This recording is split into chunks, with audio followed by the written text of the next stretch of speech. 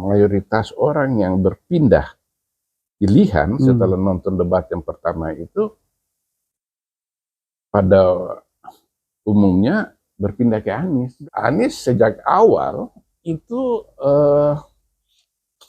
sudah menimbulkan simpati karena dia hadir dengan seperti yang diperlihatkan oleh Prabowo yang dengan gimmick jogetnya itu.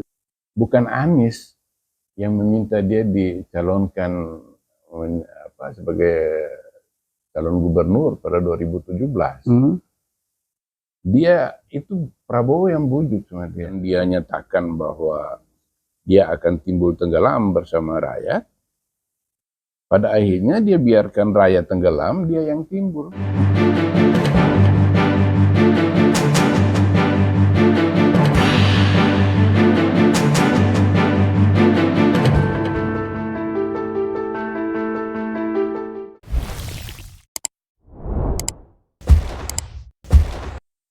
Bismillahirrahmanirrahim.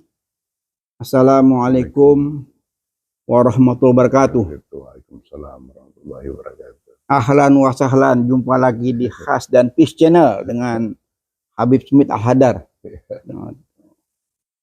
Ini kelihatan semakin cerah nih, Beb ya. Iya. Masya Allah. Kita makin bersemangat. Makin bersemangat ya. Setelah kita menanti-nantikan setelah debat presiden yang pertama tuh calon presiden. Iya, kita melihat debat pertama ini kan menjadi suatu tontonan menarik ya. Iya, seru betul. Nah, yang kita tunggu-tunggu ya. Iya. Berdebar-debar nih semua tim sukses ya. Dengan segala macam hiruk pikuknya ya. Antum nonton, Bib? Nonton. Tapi nggak selesai ya. Okay. Karena ya tiba-tiba ada tamu penting datang, jadi saya terpaksa ini. Tapi setelah itu saya nonton di video-video di YouTube itu saya ikuti semua. Kita Khas dan Peace Channel bikin nobar ini. Iya. Ya bagus. Iya, bikin nobar sambil diskusi-diskusi ringan ya. Jadi setelah jeda iklan itu ya kita coba kita telaah ya apa hasil daripada perdebatan itu ya. Iya, itu menurut Kompas yang pada malam itu juga dia melakukan survei, itu 52% dari seluruh pemilih Indonesia nonton. 52%? Iya, 50%. Itu artinya bahwa rakyat Indonesia melihat perdebatan presiden itu hal yang sangat serius dan mereka ingin tahu. Karena ini menyangkut hajat hidup orang banyak, menyangkut masa depan bangsa ini gitu. Sehingga mereka melihat bahwa hak mereka untuk memilih itu akan sangat berpengaruh bagi masa depan negara ini, sehingga mereka dalam jumlah yang luar biasa. Kalau 52% itu berarti lebih dari 100 juta. Yang berarti kalau kita rata-rata sudah udah menonton ya? Iya. Dan berbeda dengan berbeda dengan pernyataan seorang pemimpin lembaga survei, yaitu Lembaga Survei Indonesia, Denny Ja itu menyatakan bahwa hanya sekitar 4-5% orang yang berubah pilihan setelah menonton debat presiden. Tapi malam itu juga Kompas bikin survei, ternyata ada sekitar 9,9% atau kita bulatkan 10%. Malam itu juga mereka mengubah pilihan. Nah, karena menurut Kompas juga itu Anies mendapat penilaian positif dari sekitar 37%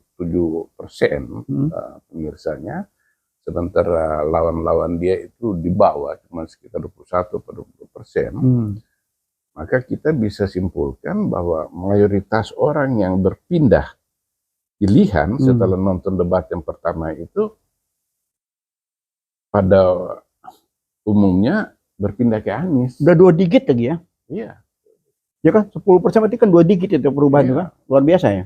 Luar biasa itu kan lo yang nonton itu 100 juta lebih itu sekitar 10 juta yang beralih dukungan. Iya. Nah, karena Kompas menyatakan bahwa Anies yang paling mendapat apresiasi tinggi, maka tidak salah kalau kita menyimpulkan bahwa 10% orang yang mengubah pilihan pada malam itu berpindah ke Anies, atau setidaknya mayoritas dari 10% itu pindahnya ke Anies. Yang tadinya swing voter itu ya? Iya, ini membantah pernyataan LSI Denny Ja sebelumnya bahwa hanya paling itu 50% orang yang menonton debat presiden itu berpindah dukungannya. Ya kalau kita boleh memberikan semacam catatan ya, ya kita tahu persis ya siapa LSI ya. Iya. Tahun 2014 kan itu kan salah satu lembaga yang dipakai oleh Jokowi ya, untuk tim pemenangan kan. Saya juga ada di situ ya, jadi tahu persis gitu. Jadi kalau dia berpihak kepada yang mensponsori dia, itu jelas ya. Masuk akal. Iya, karena tidak bisa lagi dibohongin ya. Orang juga tahu, publik tahu persis siapa itu LSI, siapa tokohnya, dan afiliasi kemana kan orang udah paham ya. Iya, dan ini merupakan berita baik bagi kubu Anies karena ini debat pertama loh. Debat pertama masih ada, untuk debat capres itu masih ada 2 kali lagi. Selain debat cawapres, 2 kali lagi. Nah, jadi hasil dari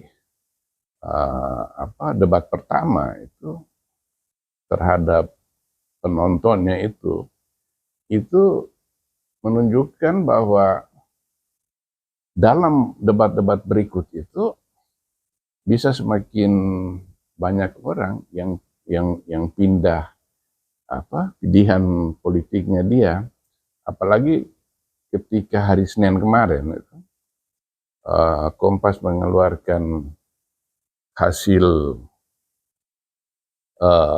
surveinya dia, itu memperlihatkan bahwa 28% orang Indonesia itu masih tergolong di dalam undecided voters dan swing voters. Jadi jumlah itu besar. 28% itu. Ya, mungkin ini pelajaran juga ya buat lembaga survei ya, kalau mereka itu mau bebenah diri ya. Iya. Karena dia juga, ini kan kebohongan-kebohongan yang selama ini diopinikan itu kan sudah semakin hari kan semakin terbuka ya. Jadi kita berharap untuk ke depan setidaknya lembaga survei banyak belajar ya. Iya, dan ini juga menyangkut kelangsungan hidup lembaga mereka. Ya. Apabila masyarakat meragukan hasil-hasil survei mereka, maka nafkah hidup mereka itu bisa hilang karena pihak-pihak yang menggunakan mereka dengan bayaran yang besar itu kehilangan kepercayaan. Ya otomatis kan? Otomatis sama aja bunuh diri kan? Ya era keterbukaan seperti ini, seperti tadi ya, kita agak meragukan ya keberpihakan penyelenggara ya, contoh KPU dan Bawaslu ya, itu nanti ada semacam ya macam-macam lah kecurigaan ya, kunjungan di sana sini. Tapi kita melihat sendiri dan seperti yang tu bilang tadi, hampir 100 juta rakyat menyaksikan secara langsung siaran itu kan, dan dia disiarkan di seluruh TV ya. Ini menjadi suatu proses pembelajaran politik yang sangat mahal ya. Luar biasa. Luar biasa. Ini juga meyakinkan orang bahwa ternyata dalam debat itu rakyat nggak suka terhadap terhadap gimmick-gimmick yang nggak berguna gitu. Yeah. Gimmick dalam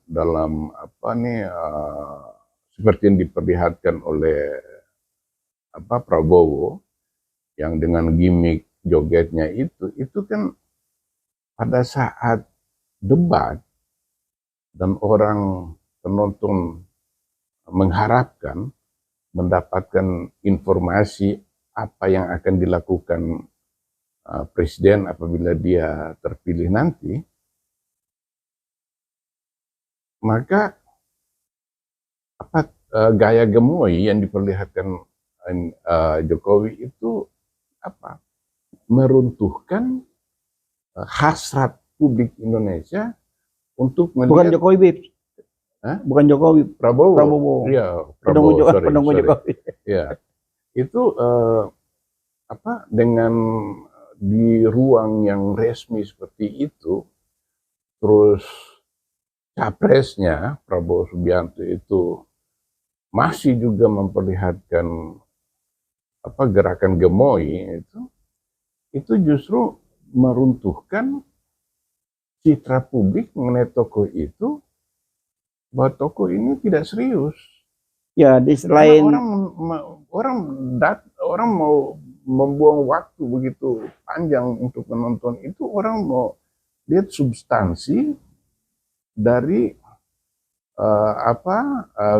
visi dan argumentasi dari peserta debat itu, bukan untuk menonton tarian gemoy. Bukan festival ya. Nah, Anies sejak awal itu sudah menimbulkan simpati karena dia hadir dengan jas dan pasangannya, dia bersama Muhaimin dengan peci yang memperlihatkan presidensialnya dia. Artinya inilah inilah tokoh yang layak kita pilih, yang layak memimpin Indonesia gitu. Penampilan resminya, karena tempatnya memang tempat yang resmi, dan orang membuang waktu berjam-jam itu di depan layar kaca itu orang kepingin melihat apa yang ditawarkan, gagasan apa yang ditawarkan oleh capres yang akan mengubah atau yang berdampak kepada hidup mereka dan berdampak pada masa depan bangsa ini. Sayang sekali bahwa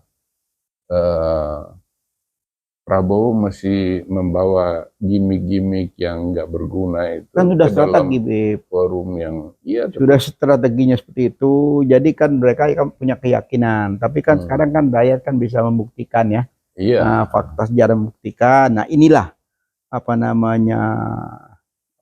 tayangan ya. Tayangan langsung yang ditonton oleh bukan cuma Indonesia ya, dunia ya. Tontonan dunia bahwa di Indonesia ini sedang ada semacam proses pemilihan ya, suksesi pemerintahan ini sedang berjalan kan. Di sini uji coba, dalam arti ya uji coba kemampuan kan. Di situ kan sudah terlihat. Nah, menurut antum ya, dari ketiga pasangan 1, 2, dan 3 itu kan sautan ya. Jadi diantaranya kan semua mungkin publik tahu ya, dunia pun tahu ya, bahwa Anies ini atau Jokowi ini kan adalah yang bawa mereka menjadi pemimpin itu kan jasanya Prabowo. Ya. Jasa Prabowo, Jokowi jadi gubernur sampai jadi presiden, ya kan? Sekarang Anies pun jadi gubernur, dibuka situ kan. Anies kan, masa Anies kan saya yang mengusung gitu ya. Nah, jadi dia buka sendiri apa yang dia lakukan, tapi dia buka sendiri juga apa yang diharapkan kalau dibalik itu ya. Lu Ya. antum gimana, Depan? Iya, yang pertama-tama kita harus katakan kepada Prabowo bahwa bukan Anies yang meminta dia dicalonkan sebagai calon gubernur pada 2017.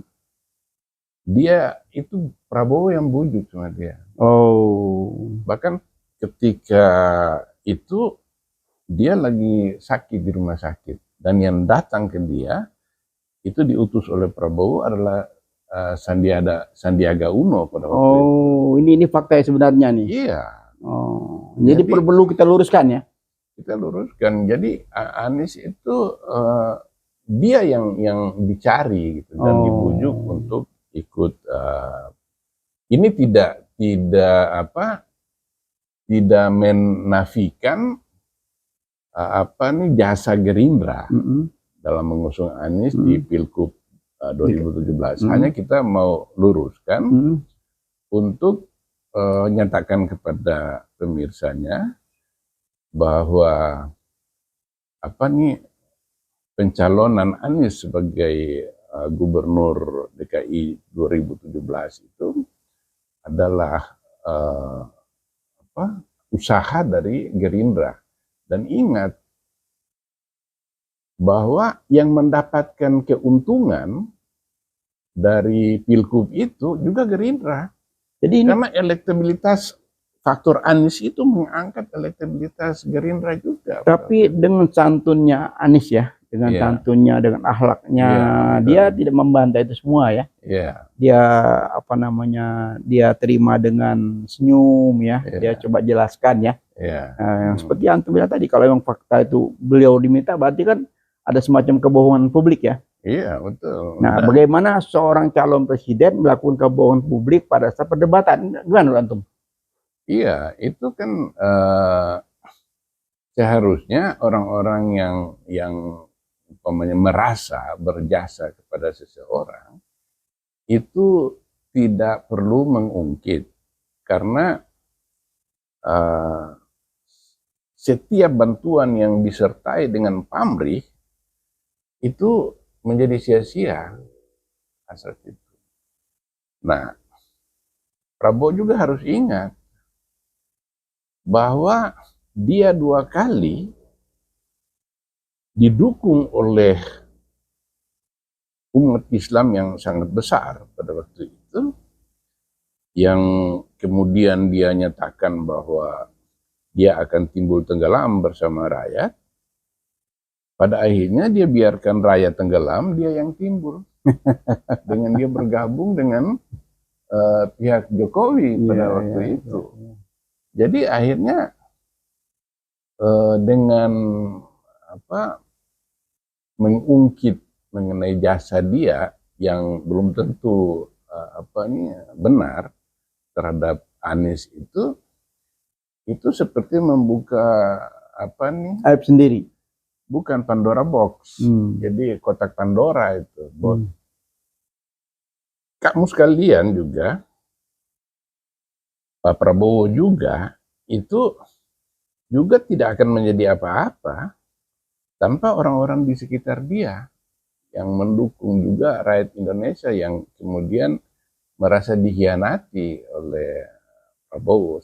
Sementara Anies 2 tahun kemudian 2019 Prabowo datang ke Anies, bujuk dia supaya menjadi cawapresnya Prabowo gitu kan.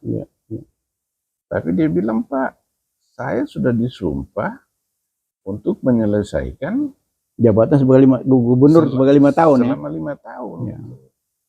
Dan saya tidak mau meniru-niru orang yang berkhianat terhadap harapan rakyat itu. Umpamanya Jokowi, Anies memang nggak sebut Jokowi, tapi umpamanya Jokowi. Jokowi itu kan pernah berjanji dan bersumpah bahwa dia akan menyelesaikan tugas dia di Jakarta selama 5 tahun. Tapi begitu ditawarkan, begitu diusung oleh parpol, dia lepaskan. Nah, ini kan menunjukkan bahwa ada perbedaan. perbedaan karakter. Kalau Anies itu mempunyai karakter istiqamah dan punya karakter yang jujur. Nah, kalau kita mau bandingkan dengan capres lain, tokoh lain seperti Jokowi, itu dia nggak punya konsistensi dan tidak mempunyai kejujuran, karena ketika Jokowi dibawa ke Jakarta, itu Hashim Joyo Hadikusumo, wakil ketua Dewan Pembina Gerindra, sekaligus merupakan adik kandung dari Prabowo, itu sudah bilang ke Jokowi bahwa kita mau dukung Anda bertarung di Jakarta, tetapi syaratnya kamu tidak boleh ikut Pilpres 2014. Dan Jokowi oke. Karena Jokowi oke, Megawati itu nggak mau pada waktu itu mencalonkan Jokowi. Pada waktu itu PDP lagi mendukung petahana Fauzi Bowo. Prabowo 3 kali datang ke rumah Megawati, bujuk sama Mega untuk mengusung Jokowi. Dan itu sesuai juga dengan ambisi Jokowi untuk memenangkan jabatan gubernur DKI Jakarta pada waktu itu. Jadi kita atau katakanlah Prabowo itu dari segi etika itu sebenarnya tidak perlu mengungkit mengenai jasa dia membawa memungkinkan Anies menjadi gubernur pada waktu itu. Tapi yang paling penting dari soal ini adalah bagaimana Anies menyikapi pernyataan Prabowo seperti itu. Dia tidak berbalik menyerang membela diri dengan menyerang balik Prabowo, tapi dia menyatakannya dengan santun dan menjelaskan. Iya, dan menjelaskan. Nah, ini mencerminkan karakter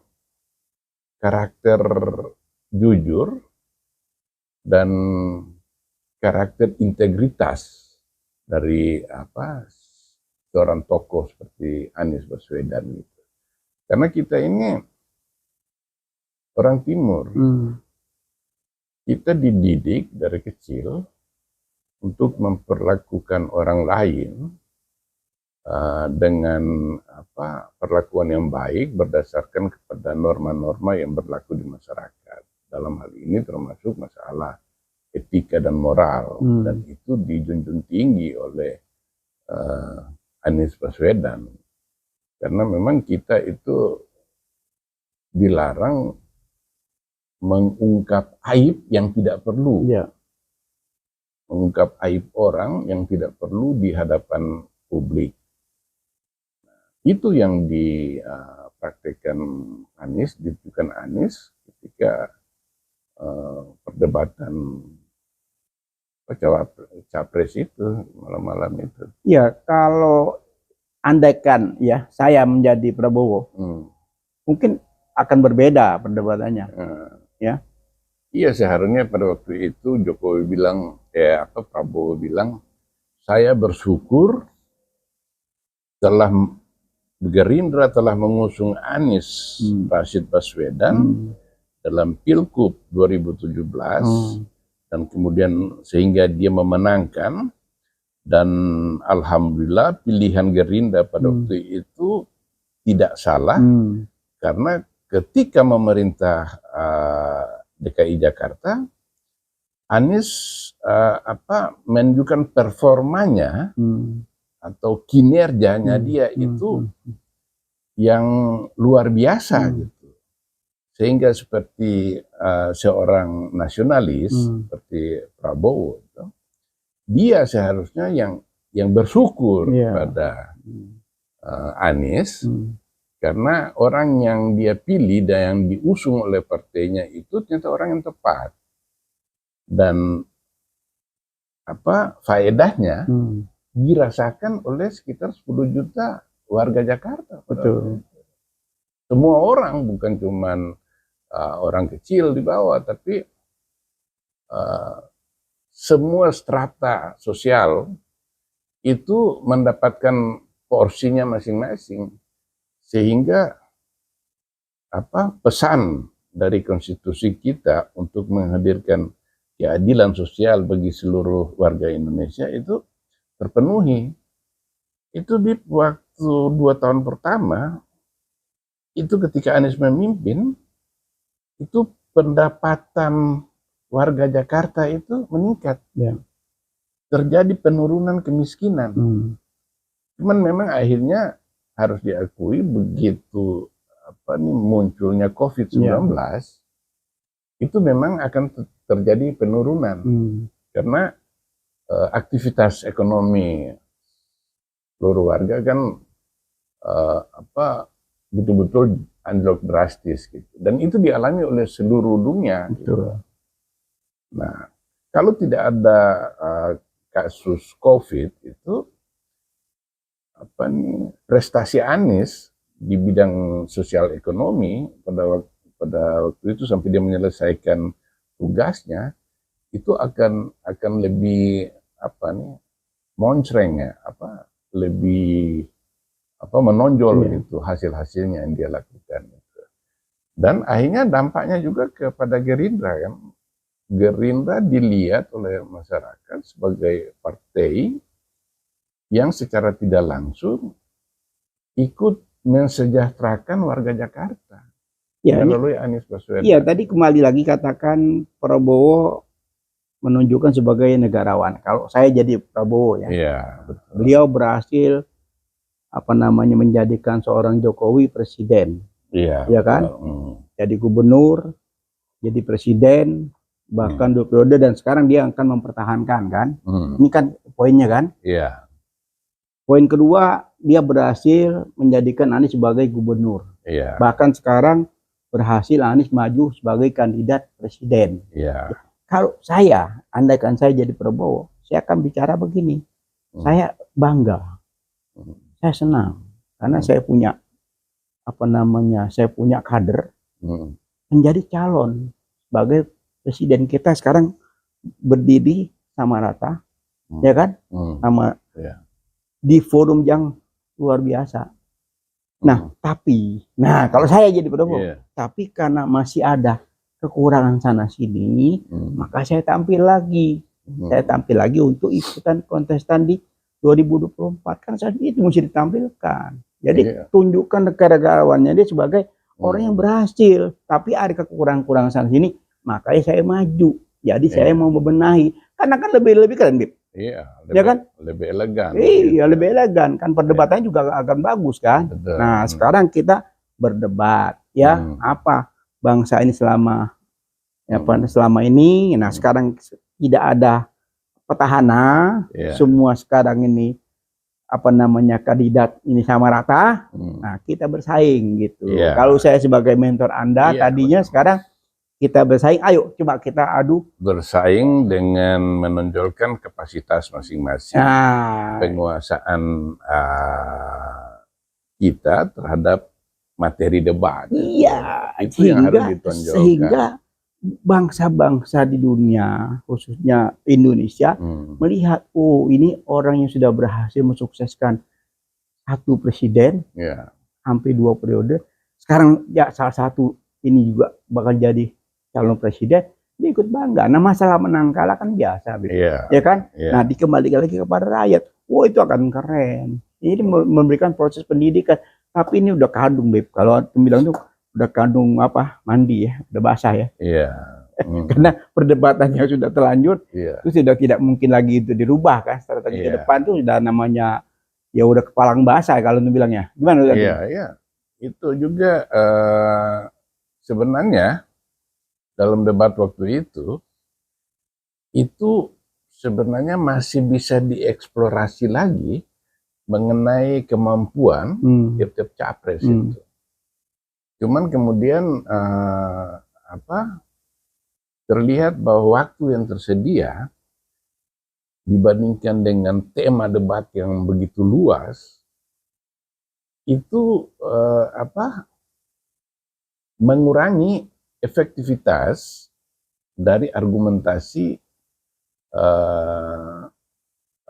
para capres ini, khususnya orang yang mempunyai pengetahuan yang sangat luas seperti Anies Baswedan gitu. Nah, saya bersyukur KPU sudah menyatakan bahwa mereka mempertimbangkan untuk memperbaiki soal metodologinya, kemudian durasi waktunya, dan kemudian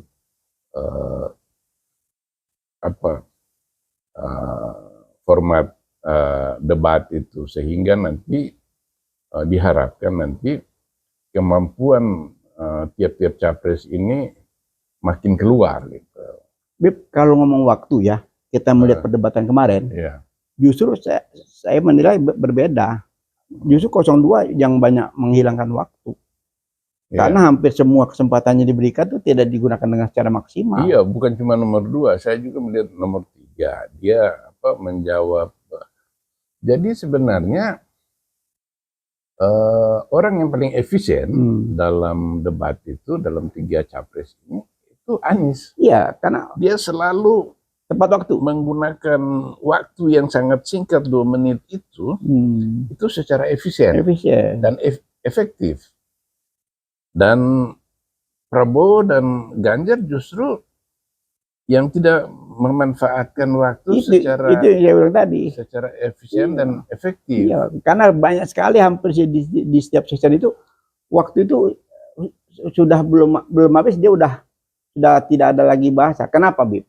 Nah, ini kenapa itu jawabannya karena mereka ini sudah tidak tahu apa yang mau disampaikan. Bukan. Potensi mereka, penguasaan mereka terhadap materi yang materi pada malam itu terbatas, sehingga mereka tidak siap untuk mengeksplorasi pertanyaan, menjawab pertanyaan dari panelis itu, dan serangan dari lawan itu secara efektif. Malah kita melihat bahwa masih ada sebenarnya yang ingin disampaikan oleh Anies gitu.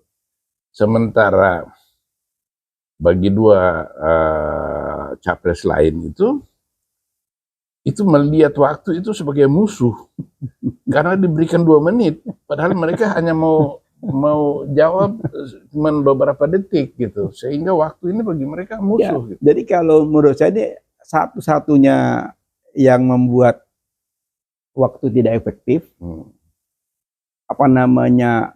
jawaban pun jadi sangat terbatas. Kenapa? Karena sudah akal sehatnya sudah berkurang karena emosi yang timbul gitu. Nah, emosi yang timbul tadi menghilangkan daya pikir, Beb. Ya kan, seharusnya dia bisa menjawab itu dengan lebih rapi lagi apabila emosinya itu terkendali. Nah, ini emosi yang meledak-ledak ini yang bikin apa? Kalau saya lihat ini dalam soal kecerdasan. Karena salah satu indikator yang menunjukkan seseorang itu cerdas atau tidak dilihat dari artikulasi dia dalam menyampaikan gagasan secara efektif dan efisien. Jadi bahasa itu menunjukkan kapasitas intelektualnya dia. Nggak mungkin kita berharap misalnya orang dengan kecerdasan terbatas itu menyampaikan hal yang sangat rumit secara sistematis, struktural, itu nggak mungkin. Mungkin nggak dari faktor usia? Nggak mungkin, karena untuk berpikir, Prabowo masih dalam usia 72 tahun sekarang ini, sebenarnya wah, saya nggak bisa memastikan ya apakah usia ini untuk orang seperti Prabowo dengan 72 tahun usianya itu apa mempengaruhi pikirannya. Tapi untuk orang Indonesia dan orang yang welfare seperti apa Prabowo itu orang kaya, dia punya akses ke apa makanan, pengetahuan, apa nih kesehatan itu kan terbuka lebar sehingga apa mestinya apa ini usia produktivitasnya dia masih bisa terjaga gitu. Nah, saya lebih melihat dalam hal ini apa kecerdasan dan penguasaan materi. Ketika seseorang menguasai materi debat dan dia mempunyai apa nih kapasitas intelektual yang mumpuni, maka waktu yang singkat itu mampu dia kemas dalam artikulasi yang efektif dan efisien.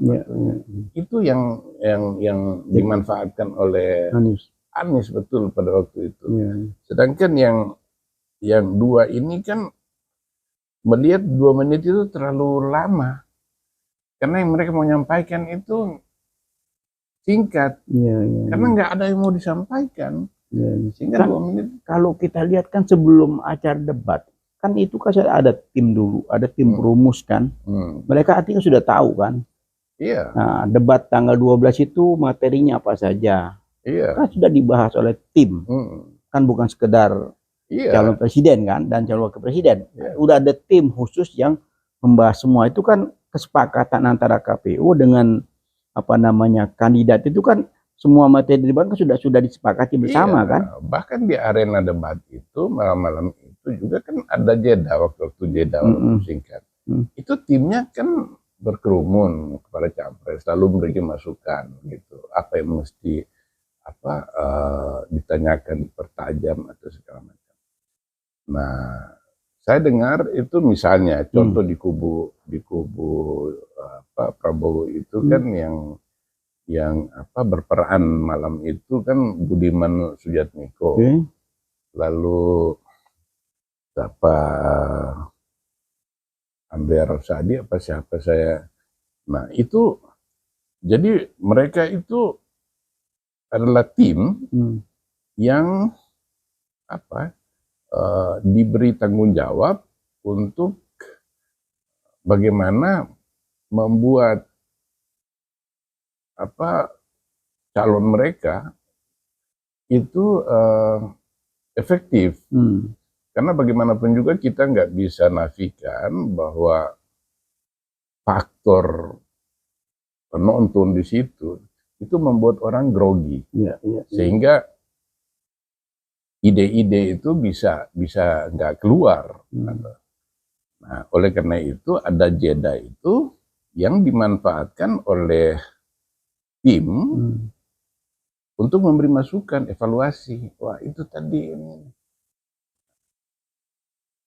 Nah saya kalau menurut saya baca dari media utama pagi ini, itu Anies dan Muhaimin itu justru ketika jeda itu mereka justru santai, mereka melepaskan ketegangan apa ini. Nah, tapi di kubu yang lain itu dimanfaatkan oleh timnya itu untuk memberi masukan kepada capres mereka, selain memberi apa nih senjata, misalnya seperti Sujatmiko bilang sama Prabowo supaya serangan balik terhadap Anies itu. Nah, itu kemudian kalau menurut berita yang disampaikan itu Prabowo tidak sempat menggunakan masukan-masukan dari timnya di ketika Jeddah itu. Ya nggak mungkin Beb, karena saat itu kan kalau kita lihat kondisi apa namanya itu kan Ruang itu. ruang itu kan sudah tidak akan mampu lagi mencerna ya apapun yang didiskusikan mendadak ya, apalagi kan cuma hitungan menit ya. Gitu. Nah, kalau apa namanya sebelum agenda itu mungkin ya, bisa paling sedikit kan ingatkan ini loh, sebentar ini maju lagi, ini materinya ini. Kan seperti dia bilang tadi kan mereka ini kan sudah disiapkan oleh timnya dari awal. Nah, ketika masuk ke arena dan dalam sorotan media, televisi dan penonton, nah itu berdampak kepada konsentrasi, otomatis ya, otomatis seperti itu. Nah itu pentingnya tim yang mendampingi mereka di waktu itu ketika Jeddah itu memunculkan kembali, ingat jangan lupa itu yang kita sudah betul yang itu awal yang salah jangan diteruskan ya. Iya. Tapi kalau yang ya misalnya wah tadi itu Bapak salah gitu, mestinya begini, mestinya begitu. Nggak, mereka terlalu pede kalau saya. Mereka terlalu percaya diri ya, overconfident yang begitu kelihatan ya. Jadi kita menyaksikan begitu tim dan pendukungnya itu kan semacam mendewakan, wah ini apa namanya ya di antara tiga ini kan paling senior ya, paling senior, jenderal dan beberapa kali udah ikut debat gitu loh. Jadi itu yang ada di benak tim sukses itu mungkin itu yang ada di mereka. Udahlah, jadi udah segalanya Prabowo udah bisa mengatasi masalah ini karena jam terbangnya, jenderalnya segala macam itu yang mungkin menjadi apa namanya semacam euforia ya di tim itu kan begitu euforia mereka. Padahal kalau kita secara objektif menilai banyak hal-hal yang tidak patut ya. Contoh emosi yang berlebihan ya, gaya gemo yang muncul kan banyak yang hal yang bagus. Tapi dia tetap berjalan terus dari awal sampai akhir itu. Iya, jadi ini mungkin strategi kubu Prabowo ini melihat bahwa dia pemilih dia dalam 2 pilpres terakhir itu mungkin sudah tahu betul mengenai pemikiran-pemikirannya dia. Gitu. Nah, sementara yang pemilih baru itu generasi Z, generasi Y itu menjadi sasaran dari tim Prabowo itu. Nah, lalu apa yang bisa ditawarkan atau yang bisa memenangkan hati dari para pemilih muda ini? Nah, jawabannya bagi mereka yang sebenarnya menyedihkan, lu tampilkan lagi Gemoy. Karena yang pemilih lama itu sudah nggak bisa diubah itu. Tapi untuk merebut orang generasi baru itu, kita harus punya strategi bagaimana memenangkan hati mereka. Oleh karena itu Gemoy ditampilkan lagi. Memang itu menyedihkan karena Prabowo secara tidak langsung itu meremehkan atau underestimate terhadap pemilih muda itu yang di mata Prabowo itu mereka ini kurang peduli kepada substansi debat itu. Yang menarik perhatian mereka itu adalah gimmick-gimmick gitu.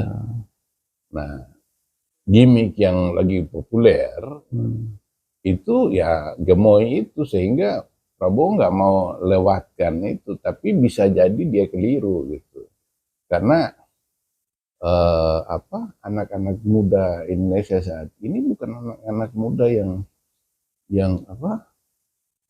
mengabaikan substansi debat itu. Mereka juga orang-orang yang sangat sangat serius dalam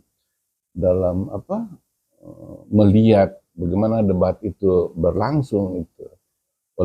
Karena itu fakta bahwa hasil survei Kompas pada malam itu juga mengenai bagaimana penilaian mereka mengenai debat itu 10% itu berpindah keyakinan mereka kepada gitu. Nah, bisa jadi itu mencerminkan penolakan terhadap gimmick gemoy itu. Ya. Jadi ini terlalu percaya diri yang berlebihan. Betul, ini terlalu percaya diri yang berlebihan. Mengakibatkan ya karena mereka merasa ya segalanya kan ada. Ya, baliho tidak terbatas ya, uang ya, bagi-bagi amplop ya, kan ramai itu di mana-mana kan, sudah viral ya, tapi tidak tersentuh hukum ya kelihatannya ya. Ini Bawaslu masih tenang-tenang saja kan. Sebetulnya kalau kita boleh menghimbau kepada Bawaslu ya itu sudah harus ada peringatan ya, bahwa ini kan tidak boleh menggunakan politik uang, walaupun kita belum lihat katanya itu amplopnya itu bukan uang gitu loh. Tapi kalau kita lihat menjadi rebutan itu satu hal yang mustahil ya, orang rebutan amplop isinya cuma brosur kan, itu rasanya kan satu hal yang mustahil kan. Nah jadi ini terlalu percaya diri dengan dengan transaksi tadi Beb ya, dengan transaksi, dengan mungkin dari tim sukses juga meyakinkan bahwa pemilih ini begitu banyak ya. Memang kita rakyat lagi prihatin ya, uang lagi susah, semua lagi susah gitu loh. Mungkin dengan cara ini ya mereka kalau akan saya memenangkan. Melihat ini politik uang itu selain memang overconfidence dari pihak Prabowo Gibran itu dua orang ini, pasangan ini itu under capacity. Prabowo dari segi usia. Dari segi usia, kita melihat bahwa waktu kampanye ini tidak digunakan Prabowo secara maksimal. Iya, dia lebih santai. Nah, karena ini orang seusia seperti dia itu berbahaya kalau menggunakan 2,5 bulan kampanye itu digunakan penuh. Nah, dia bisa kolaps secara kesehatan.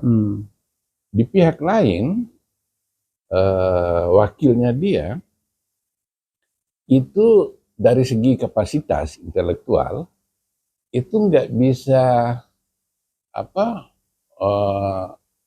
menutup kekurangan Prabowo itu seperti itu. Nah, akhirnya kekurangan dari dua orang ini, yaitu paslon nomor 2 ini, dikompensasikan dengan money politik uang. Karena mereka tahu bahwa mereka nggak bisa mengandalkan. Ini kapasitas mereka, kemampuan mereka untuk membujuk pemilih, untuk memilih mereka. Nah, oleh karena itu kekurangan ini ditutupi dengan cara-cara yang sebenarnya cara-cara yang tidak dibolehkan dalam undang-undang pemilu, yaitu money politik, itu terang-terangan dan disorot oleh media televisi itu menyedihkan. Jadi memang Pilpres 2024 ini penuh sangat fenomenal Beb ya. Di satu sisi status quo ya, mereka memuja-muja apa yang sudah dilakukan saat ini. Di sisi lain ya beliau juga mengkritisi diri sendiri kemarin kan dari perdebatan itu kan. Contoh masalah korupsi dan lain-lain kan, akhirnya apa yang mereka bisa jelaskan kan nggak bisa menjelaskan kan. Masalah masalah ya banyak hal lah yang kita lihat malah berbalik ya, yang tadinya seharusnya itu beliau memuja-puja, sekarang apa yang mau dipuja gitu loh. Betul. Nah, Prabowo kan ungkit sama Anies secara salah alamat. Dia mengatakan kalau Jokowi diktator, Anies nggak akan menjadi gubernur. Nah, itu sebenarnya serangan yang salah kaprah itu. Serangan yang karena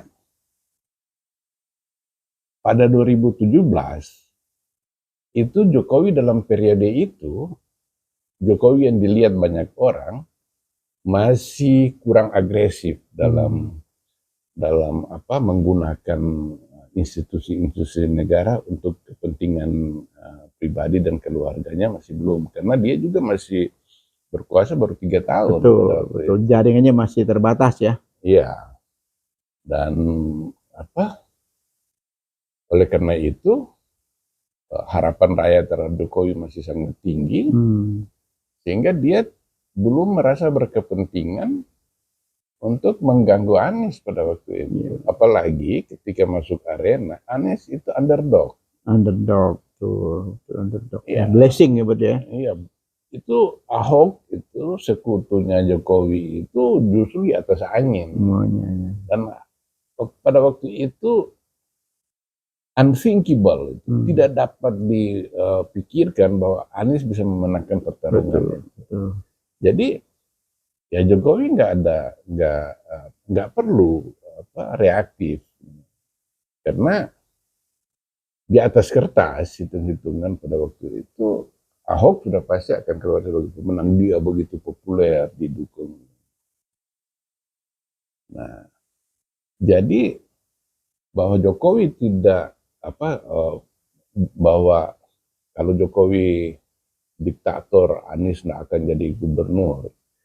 Ini kan pernyataan yang salah alamat dan menyesatkan, karena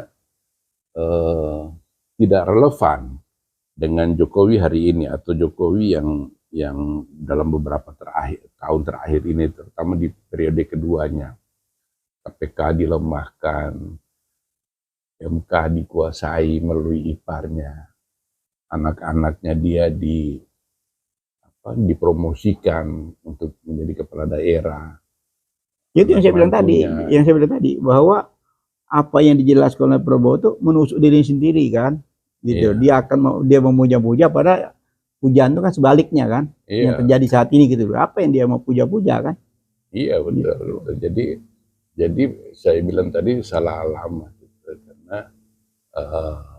tidak relevan dengan posisi Anies ketika itu di 2017 itu. Ya, fakta sejarah membuktikan bahwa di akhir-akhir rezim ini kan semua terungkap, gitu. Nah, mau dibela kayak cara apapun juga, ya sudah nggak bisa lagi, ini sudah era keterbukaan gitu. Jadi rakyat bisa bilang, nah akhirnya kita melihat sendiri kan, bahwa malam itu juga seperti yang tu bilang tadi kan, Kompas menjelaskan bahwa rakyat sudah cerdas, ya kan, sudah cerdas, sudah mengalami hiruk pikuknya selama 2 periode ini, terutama periode terakhir ini kan semua merasakan. Jadi yang ingin perubahan tuh semakin hari semakin terlihat ya. Terlihat. Dengan perdebatan beberapa hari lalu, sekarang rakyat semakin hari semakin cerdas ya, Beb. Semakin cerdas, sehingga jangan lupa satu, Beb ya. Pilih satu. Oh iya. Iya. Satu ini akan mengubah hidup Anda dan mengubah masa depan bangsa ini. Dengan satu jari yang digunakan dalam waktu 1 menit, kalau salah penggunaannya, itu Anda ikut bertanggung jawab bagi terciptanya kehidupan berbangsa dan bernegara selama bertahun-tahun ke depan. Ya, kita tidak memuja-muja. Ya. Kita fakta dan data. Baik fakta dan data. Kemarin perdebatan, semua rakyat bisa menilai. Ya, semua rakyat dari yang atas sampai paling bawah bisa menilai. Sekarang di medsos ramai, sekarang di sosial media begitu ramai. Apa yang terjadi beberapa hari lalu itu menjadi ukuran ya. Nah, menjadi ukuran kesadaran masyarakat sangat tinggi saat ini, mengharapkan perubahan yang begitu besar, ya. Betul. Nah, sehingga ya inilah kenyataan ya, fakta sejarah. Perdebatan ini menjadi suatu modal dasar ya. Nah, sehingga kecerdasan di 2024 ini jangan disia-siakan. Betul, ya, jangan disia-siakan karena ini ada satu pernyataan dari seorang tokoh politik Turki, yaitu Necmettin Erbakan, bahwa apabila Anda tidak memanfaatkan Pilpres sesuai dengan keyakinan Anda dan Anda bersifat golput, maka secara tidak langsung Anda membuka pintu bagi masuknya orang-orang yang tidak kompeten. Dan itu akan memukul hidup Anda sendiri. Ya, jadi kita juga patut bersyukur, Beb ya. Patut bersyukur dengan KPU ya, dengan semua stasiun TV ya. Ya, betul. Nah, didukung juga oleh lembaga-lembaga survei, terutama Kompas tadi ya, yang kelihatan akhir-akhir ini menunjukkan profesional ya. Sehingga proses pencerdasan buat bangsa ke depan ini semakin hari semakin bagus ya. Iya, itu kita tidak menginginkan bangsa yang terpecah belah gara-gara suksesi kepemimpinan, karena sukses pemimpinan itu satu hal yang rutinitas ya, setiap 5 tahun berganti, siapapun boleh siapapun boleh bersaing, tapi kita ada catatan penting perdebatan kemarin. Karena Prabowo bilang, saya tidak apa-apa, saya tidak dapat jabatan apapun, saya tidak masalah gitu kan. Nah, jadi tapi kalau kita lihat kegiatannya, ada apa yang dikatakan dan apa yang dia lakukan selama ini ya, mungkin berbanding terbalik ya. Dia katakan tidak kepengen dengan jabatan apapun, tapi kalau kita lihat strateginya, lihat perilakunya, lihat caranya, semua itu berbanding terbalik dengan apa yang dikatakan di perdebatan kemarin. Iya, seperti Anies bilang, Prabowo pernah bilang bahwa saya tidak bisa berdagang, saya tidak bisa berbisnis dalam 10 tahun terakhir ini karena saya tidak punya kekuasaan. Betul, jadi memang. Jadi sebenarnya secara tidak langsung sebenarnya kalau orang yang cerdas bisa melihat bahwa Anies ingin katakan bahwa Prabowo sangat berambisi untuk menjadi presiden sebenarnya karena dia ingin kekuasaan dan kekayaan. Otomatis kan, dengan kekuasaan bisa meras kekayaan. Bisnisnya tidak terganggu kan, itu yang ingin kelihatan kan. Dia katakan itu sebenarnya itu jadi bumerang. Nah, Prabowo ini adalah seorang nasionalis impulsif. Nasionalis impulsif itu beda dengan misalnya Soekarno. Seorang nasionalis yang ideologis. Jadi ideologi nasionalisme itu dibangun berdasarkan ilmu pengetahuan yang dia pahami dari pemikir-pemikir besar dari Eropa. Tapi kalau nasionalis impulsif, orang yang tergerak untuk menyatakan membela negara itu berdasarkan kepada dorongan hati, bukan berdasarkan kepada konsep pemikiran yang ideologis, yang bersifat ideologis. Jadi orang yang nasionalis impulsif itu nggak bisa diandalkan karena dia punya perangainya itu unpredictable, tidak bisa diramalkan. Tapi kalau orang yang punya sikap yang ideologis, itu tingkah lakunya itu dapat diramalkan dan diinginkan oleh dunia internasional. Sebab sangat berbahaya seorang presiden, seorang pemimpin dari suatu negara yang perangainya itu unpredictable, tidak bisa diramalkan kita. Nah, Prabowo adalah salah satunya itu, nasionalis impulsif. Jadi dia bertindak pragmatis sifatnya karena menurut dorongan-dorongan hati sesaat. Nah, orang seperti begini sulit dikendalikan karena kita tidak tahu sebenarnya apa visinya dia dan apa yang akan dia lakukan ke depan. Karena dia sangat temperamental, dia bertindak menurut dorongan-dorongan hati dan yang dipengaruhi oleh emosi yang tidak proporsional. Itu yang terlihat pada perdebatan kemarin ya. Iya. Sementara kita lihat misalnya Anies ya, dia itu menyatakan segala sesuatu itu keluar dari suatu bangunan pemikiran yang komprehensif. Kita bisa kaitkan apa yang dikatakan Anies dan apa yang ditawarkan Anies itu dengan bangunan ideologi yang terstruktur dan bisa dipertanggungjawabkan. Orang yang begini itu orang yang bisa diramalkan terhadap tindakan-tindakan yang akan dia ambil, dan ini akan membawa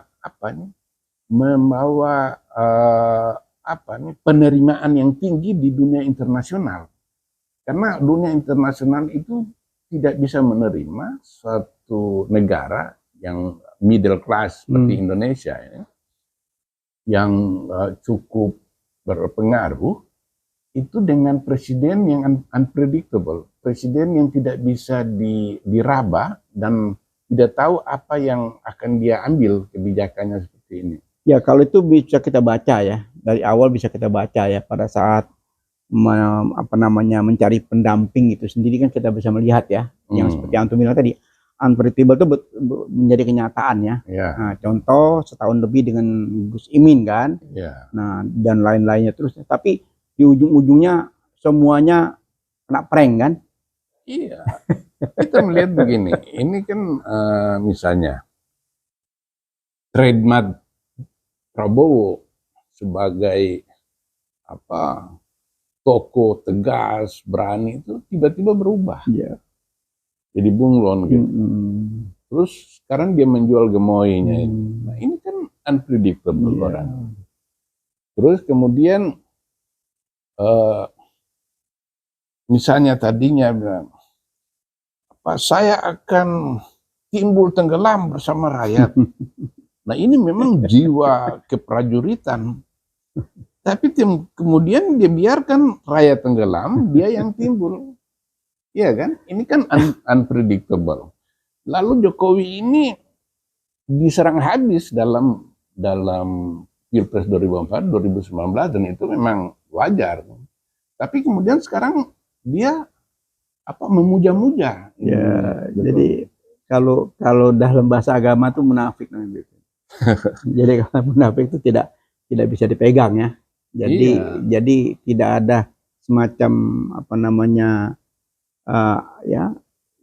semua tidak bisa diprediksi arahnya kemana. Iya, gitu. Tidak ada kompas yang menjadi tuntunan dia. Jadi akan sangat pragmatis itu, karena dia akan bertindak menurut perhitungan sesaat pada waktu itu. Nah, ini berbahaya karena negarawan itu salah satu yang membedakan dia dengan presiden biasa, itu dia bisa melihat jauh ke depan. Karena gini, Bib, ukurannya kan materi, Bib. Itu yang diukur tuh materi. Karena ukurannya materi, jadi semuanya bisa dibeli gitu loh. Jadi kan selama ini seperti itu kan. Jadi semua orang tahu bahwa di sini kan apapun kan bisa dibeli.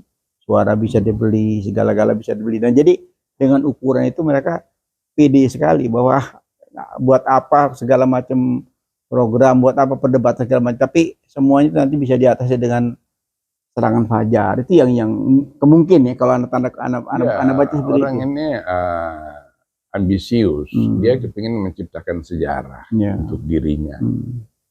Kalau sekarang misalnya dia kalah lagi, betul Prabowo akan masuk dalam sejarah, akan ditulis.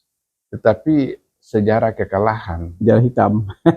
Ya, sementara dia kepingin sejarah pribadinya ditulis dengan tinta emas. Tinta emas. Oleh karena itu, kalau menjadi presiden, maka dua-dua ini bisa dicapai, kepentingan materi yang disebut saya dan kepentingan martabat orang. Ya kan? Dia dapat dua-duanya gitu. Nah, tapi kalau dia gagal, maka dua-duanya ini hilang dan dia dikenang sebagai orang yang kalah di medan pertempuran. Ya, mudah-mudahan Bib, masyarakat Indonesia sudah waras ya. Rakyat sudah waras ya. Tontonan yang beberapa hari lalu juga sudah sudah waras. Rakyat itu memang waras, betul-betul waras. Hasil debat yang kemarin malam itu sudah mencerminkan bahwa rakyat Indonesia ini waras dan cerdas. Ini belak-belakan ya, bukan bisik-bisik lagi ya. Oh, ini belak-belakan. Belak-belakan tentang hasil debat kemarin antara pasangan 1 dan 2. Kami akan bahas lagi tentang pasangan 1 dan 3. Ini yang juga cukup menarik ya. Yang paling menarik tentang IKN, Bib. Nah, ini kita akan bahas lagi satu session sendiri. Karena ini juga bagus ya buat proses pencerdasan bangsa ya. Karena perdebatan ini, bahasan kita ini juga membantu memberikan semacam proses kepada publik ya, khususnya netizen khas dan Peace Channel, bahwa inilah kajian kita tentang hasil perdebatan kemarin ya. Nah, insya Allah bermanfaat ke semua. Kita akhiri session ini dengan wabillahi taufik wal hidayah. Assalamualaikum warahmatullahi wabarakatuh. Ketemu lagi di session kedua yang jauh lebih menarik dan tajam tentang IKN dan pasangan 1 dan 3. Baik, makasih. Oke,